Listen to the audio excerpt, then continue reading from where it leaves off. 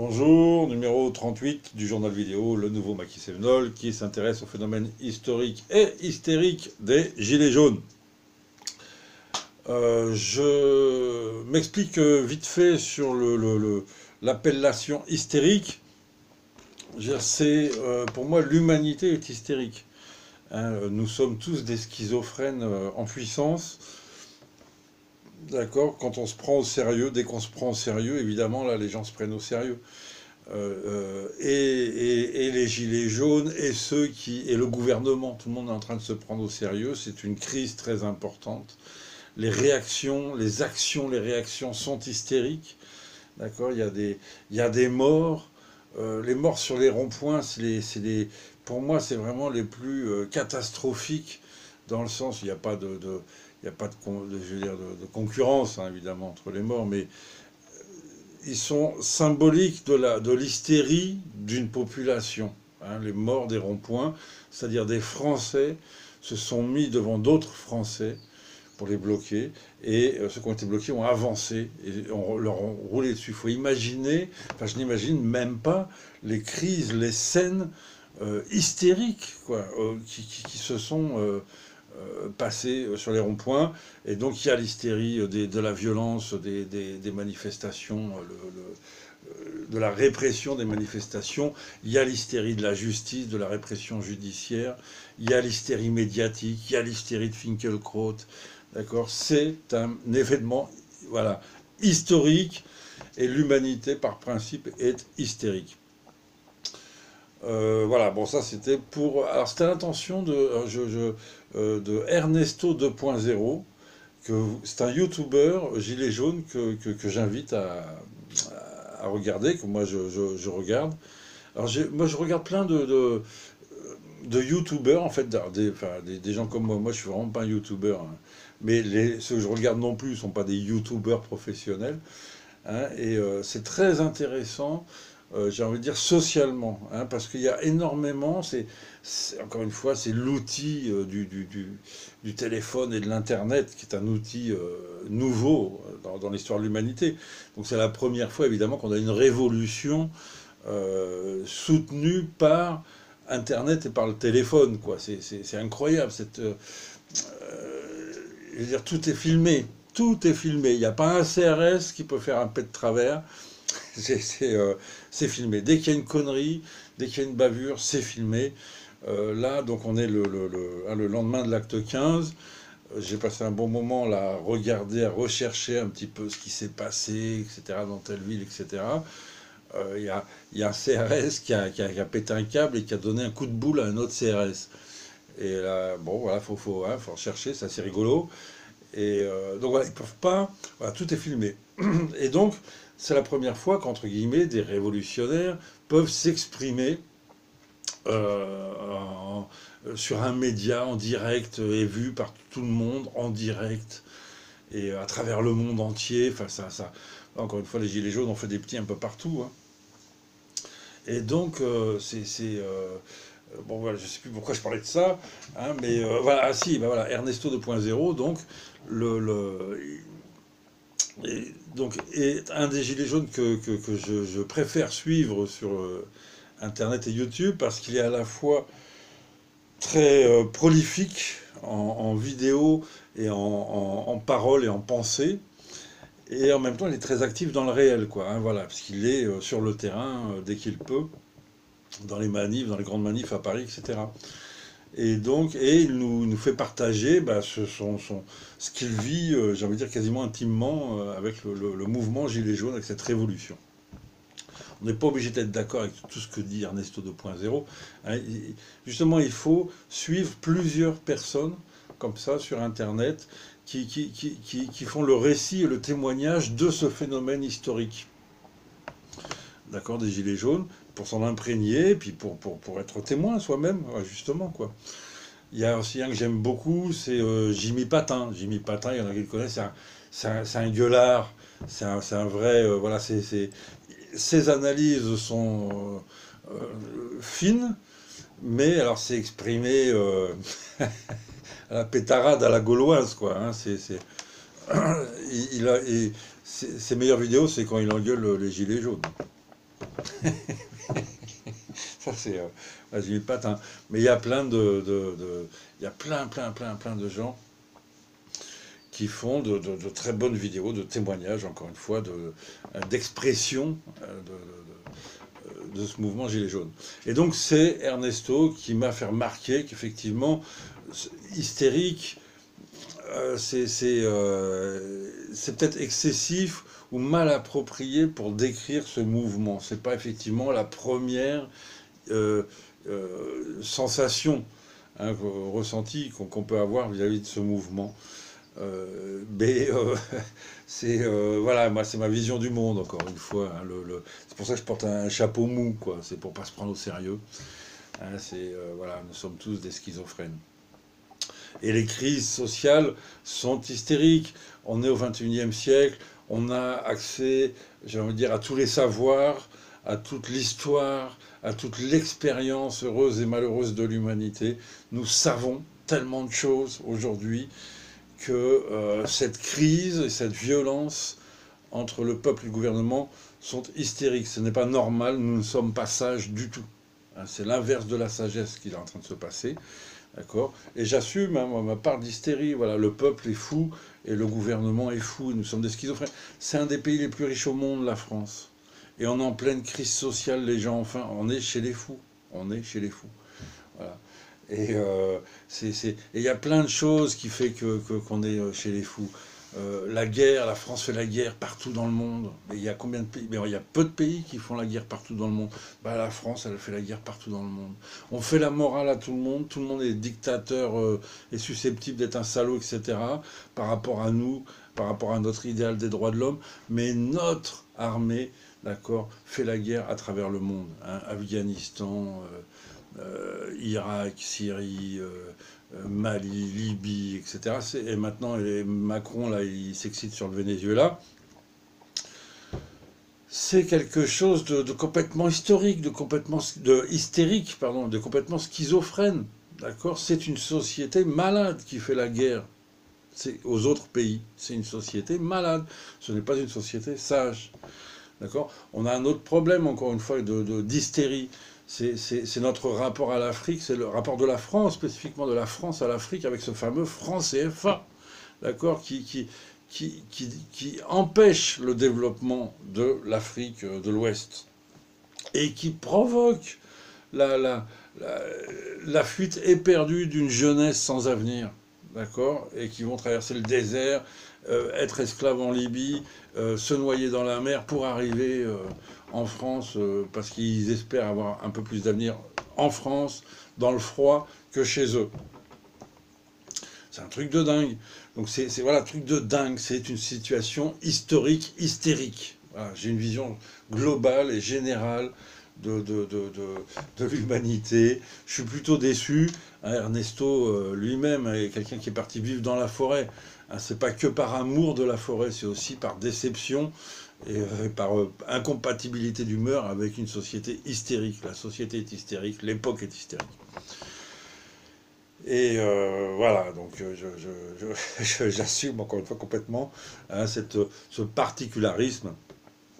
Et je sais bien, encore une fois, que le mouvement est un mouvement très grave, hein, qu'il y a des heures graves, qu'il y a des décès, qu'il y a des vies brisées, et enfin, que les motifs même des Gilets jaunes ne sont pas des motifs hystériques, ce sont des motifs concrets et réels de fin de mois. Hein, Moi, encore une fois, ce qui me motive, c'est l'image détestable de personnes âgées qui meurent d'inanition en fin de mois parce qu'ils n'ont pas de quoi becqueter en fin de mois et qui ne disent rien. Voilà, et puis ils sont tous seuls chez eux, etc. Ça, je supporte pas. Ce truc, c'est une honte sociale. Voilà, hein, hein, je crois que bon, on peut dire qu'effectivement qu'on peut, comment dirais-je, on peut juger d'une société à la manière dont elle traite ses anciens. D'accord, il y en a qui disent c'est la manière dont elle traite ses animaux, c'est vrai aussi. Mais c'est pour dire, hein, voilà, nos anciens en ce moment sont traités comme des animaux. D'accord, voilà, abandonnés comme des chiens dans des niches. Donc voilà, moi c'est ça qui me motive, et donc c'est grave, voilà, je veux dire, on n'est pas dans l'hystérie, on n'est pas dans la folie, etc. Mais c'est un tout, voilà, qui fait que l'humanité est hystérique. C'est pas normal que dans un des pays les plus riches du monde, je répète, où il y a un budget de quasiment 800 milliards de protection sociale, je parle même pas du budget de l'État ni du budget des régions, simplement 800 milliards de protection sociale, et nous avons une crise sociale, et nous avons des personnes âgées qui sont en détresse, qui meurent, etc. C'est dingo quand on sait que, par exemple, un pays comme l'Algérie, parce que c'est le chiffre que j'ai en tête, a un budget d'État de 45 milliards. L'équivalent de 45 milliards d'euros. D'accord. Nous, seulement la protection sociale, 790 milliards. Les prélèvements. Alors, on a un budget d'État de 400 milliards, c'est État plus région, hein, plus délégation région. 400 milliards, ça c'est financé par les impôts et les taxes, et par le prélèvement sur salaire, et CSG, etc. On a 790 milliards pour la protection sociale. Sécurité sociale et protection sociale. Retraite, chômage, santé évidemment, hein, tout l'hôpital, etc., dans ces 790 milliards. Mais les autres pays n'ont pas ça. D'accord, c'est ça que je veux dire. Nous sommes dans un des pays les plus riches au monde pour un petit peuple, relativement petit peuple, 66 millions. C'est totalement... voilà, cette crise sociale n'est pas normale. Voilà, c'est hystérique, c'est schizophrène. Bon, j'arrête là sur cette notion, on pourrait rester un petit moment. Juste, je vais donner 3 bonnes nouvelles. Voilà, c'est les bonnes nouvelles de l'acte 15. Alors, crescendo, alors d'abord, la mobilisation, et malgré toutes les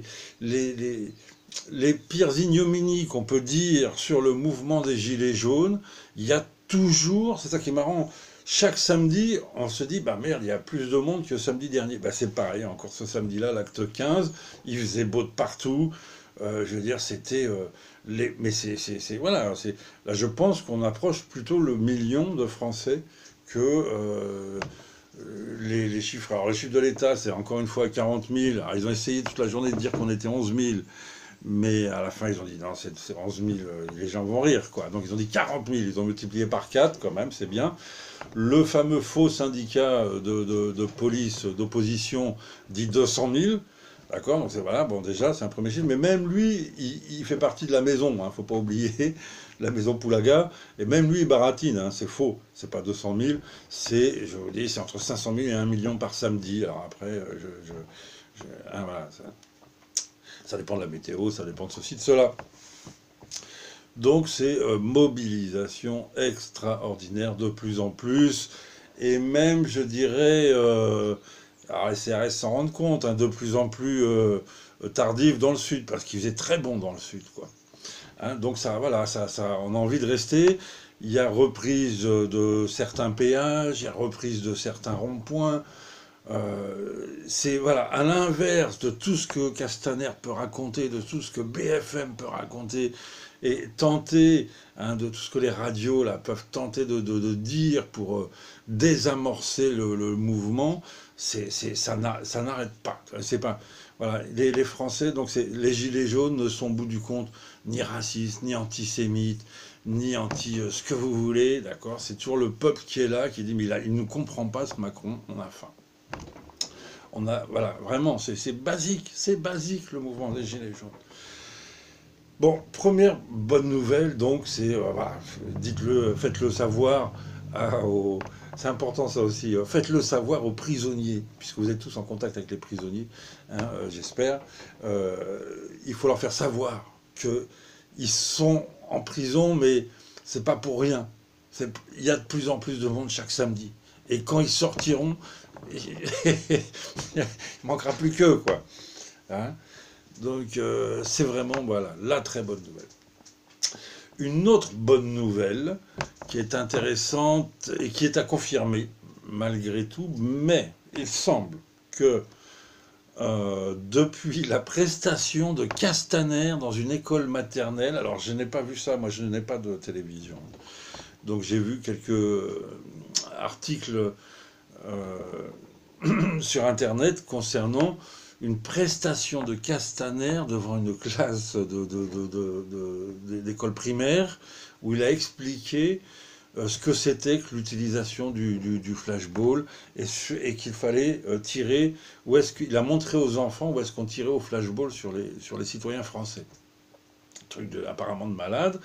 Et il a donc bien montré, il connaît bien sa leçon, qu'il faut tirer quelque part sous la cage thoracique. Tu n'as pas le droit d'attaquer la cage thoracique. Hein, tu peux, voilà, l'abdomen, les deux bras, les deux jambes. C'est tout ce que tu as le droit de tirer.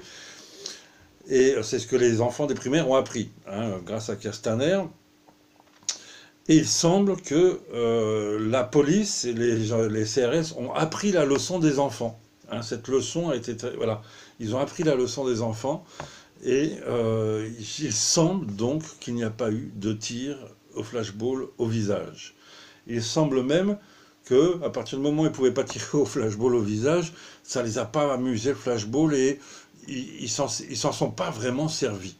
C'est là où je dis que ça soit confirmé. Je veux bien être contredit et qu'on me montre des images, etc. Je veux dire, je cherche pas à imposer une vérité. C'est ce que je constate depuis voilà, hier, quoi, où je regarde, où je cherche un petit peu à savoir ce qui se passe dans ces manifestations. Il semble qu'il y a eu beaucoup moins d'agressions. Il y en a eu, hein, des tirs au flashball. Hein. Je ne dis pas qu'il n'y en a pas eu. Il y en a eu. Je sais, à Paris, il y en a un qui l'a pris dans le... derrière. Donc, mais voilà, j'aimerais savoir, effectivement, pour le moment, je constate qu'il n'y a pas eu de tir au flashball au visage à l'acte 15. Il ne faut pas oublier que il y a eu depuis, depuis le début du massacre, parce que c'était un massacre, et j'espère que voilà qu'on est donc sur ce cap-là de la bonne nouvelle de la fin du massacre. Il y a eu plainte à l'ONU, il y a eu plainte au Parlement européen. Ces deux grands organismes sont intervenus en disant que ça n'allait pas du tout, hein, c'est la gestion des manifestations par la France. Et donc il semble que vraiment il y a eu une baisse dans le degré, dans le niveau de répression policière. Affaire à suivre. Hein, mais j'invite les gens effectivement à s'intéresser à partir de cet acte 15 si, voilà, si les blessures graves à la tête vont se multiplier ou si au contraire elles vont diminuer. C'est une bonne nouvelle et c'est une victoire des Gilets jaunes dans le sens où ils n'ont pas replié, ils n'ont pas reculé, ils n'ont pas abandonné malgré l'hyperviolence. Et si jamais effectivement cette hyperviolence recule, c'est donc une victoire symbolique mais très forte des Gilets jaunes. Hein, c'est contre cette hyperviolence. Si déjà on est arrivé à ça, c'est bon, voilà, affaire à suivre. Et alors, troisième bonne nouvelle, la meilleure des bonnes nouvelles, dont évidemment personne ne va parler, d'accord? Parce que ça n'intéresse ni la police, ni les radicaux, ni les révolutionnaires, ni personne. Pourtant, c'est la meilleure des nouvelles, c'est le meilleur des exemples. L'Assemblée nationale corse vient de voter le principe, c'est-à-dire que l'Assemblée nationale corse, elle s'est fait son grand débat avec la population. D'accord? Depuis 3 mois, dès le départ. Hein, en Corse, bon, ça a chauffé très rapidement. Apparemment, il y a eu très rapidement des reculades de gouvernement, des négociations, qui fait que ça a fait baisser la pression. Et il y a donc débat corse. Et l'Assemblée nationale corse, d'accord, on n'est pas l'Assemblée régionale corse, excusez-moi, j'ai un petit peu d'ancêtre corse. L'Assemblée régionale corse vient de voter à l'unanimité, droite, gauche, etc., etc. C'est une assemblée qu'on appelle nationaliste, hein, parce que régionaliste, mais qu'on appelle nationaliste, et tenue par les nationalistes. Vient de voter à l'unanimité la baisse et le contrôle des prix sur 233 produits de base alimentaire et sur la baisse de la TVA et de la taxe sur le carburant. Voilà ce qu'il faut faire. Voilà ce que Macron doit faire. Voilà ce que toutes les régions doivent faire pour répondre à l'urgence sociale, première du mouvement des Gilets jaunes, qui est cette putain de fin de mois. D'accord? Il faut contrôler des produits de base, des prix sur les produits de base alimentaires pour ce qu'on appelle la famille, la ménagère.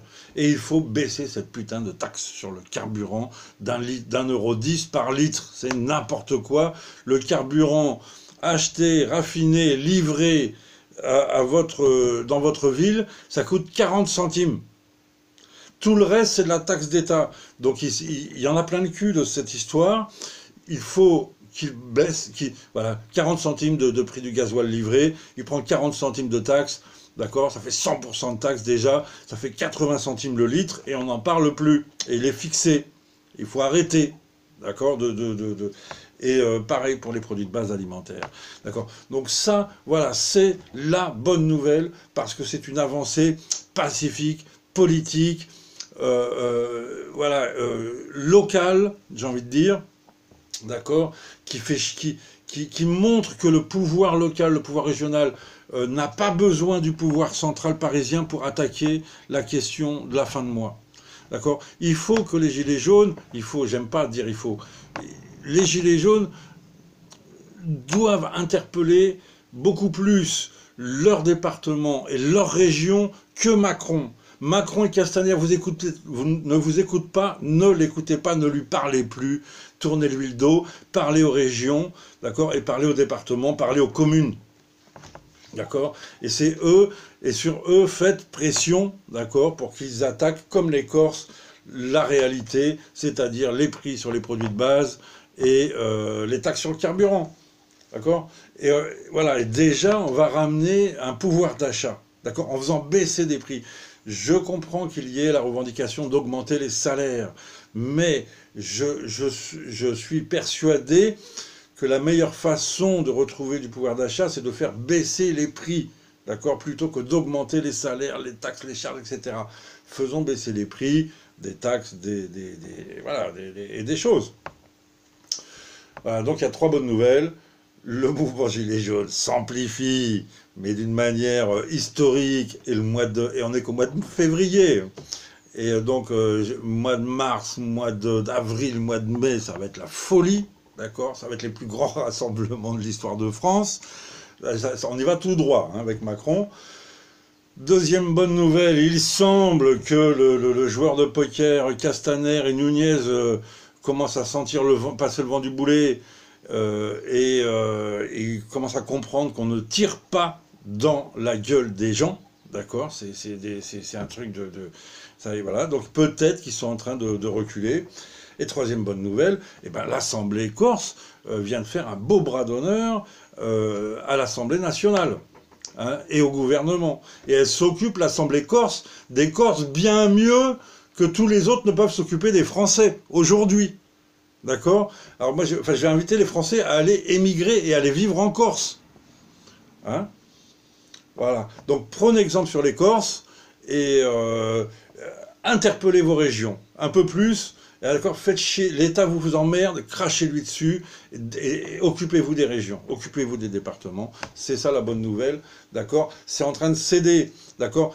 Ce que vient de faire l'Assemblée corse, ça légitime tout vos combats. Ils disent, oui, les Gilets jaunes ont raison. D'accord? C'est ça qu'a dit l'Assemblée nationale. Oui, l'Assemblée nationale corse. D'accord? Oui, le peuple a raison. D'accord? Oui, les Gilets jaunes sont légitimes. D'accord? Tous ces connards qui nous expliquent que les Gilets jaunes font chier, ce sont des merdes humaines. D'accord? De Dupond-Moretti à l'autre, à toutes ces brêles d'acteurs de cinéma là, qui se la pètent, et que j'invite évidemment tout le monde à boycotter. D'accord? L'Assemblée régionale corse vient de dire, vous êtes tous que des connards, d'accord? Et le peuple a faim. Je sais pas comment il faut l'expliquer ça à Macron et à tous ces gens, d'accord? Il y a une partie de la population française qui a faim. On est dans un des pays les plus riches du monde et on a 9 millions de Français sous le seuil de pauvreté. Si l'on met le seuil de pauvreté à 900 €, mais le Figaro vient de sortir un article comme quoi il faut 1 450 € par mois par personne pour bien vivre dans la société française. D'accord, ça veut dire qu'il y a plus de la moitié de la population française qui est sous le seuil de la pauvreté dans un des pays les plus riches au monde. Voilà, évidemment que ça énerve. Bon, voilà, donc vive les bonnes nouvelles, le combat continue, et vive les Corses. Alors là, bravo, quoi, vive les Corses, allez féliciter les Corses, quoi. Allez, bonne journée.